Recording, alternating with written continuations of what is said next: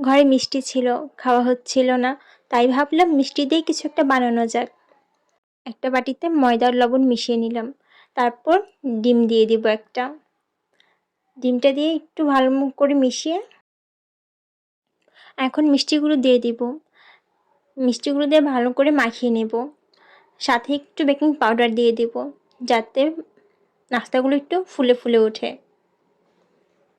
আপনাদের বাড়িতেও যদি মিষ্টি থাকে আর খাওয়া না হয় তাহলে এভাবে বানিয়ে দেখতে পারেন। আমি চপের মতো করে ভেজে নিলাম। এই মিষ্টির এই চপটা খেতে খুব মজা হয়েছিল। এটা যে মিষ্টি দিয়ে বানানো সেটা বোঝাই যাচ্ছিল না। এই ব্যাটারের মধ্যে ডিম দেওয়াতে খেতে খুব ভালো হয়েছিল। ডিমের একটা স্মেল আসছিল, আমার তো খুব পছন্দ হয়েছে। গরম গরম খেতে অনেক ভালো লাগে, মুচমুচে একটা ভাব। ওয়াও! আমাদের ঘরের সবাই এটা পছন্দ করেছে। চাইলে আপনারাও ট্রাই করতে পারেন।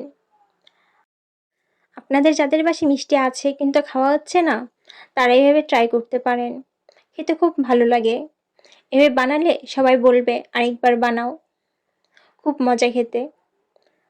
আমি সবগুলো চপ নিজের ইচ্ছে মতো কালার করে ভেজে নিলাম। আমার ভাজা হয়ে গেছে, এখন সবগুলো তুলে নিচ্ছি। টিস্যুর উপর চপগুলো তুলে নিলাম যাতে এক্সট্রা তেলগুলো টিস্যুতে চুষে যায় আর খাওয়ার সময় তেল তেলও না লাগে। এই তো তৈরি হয়ে গেল মিষ্টির চপ।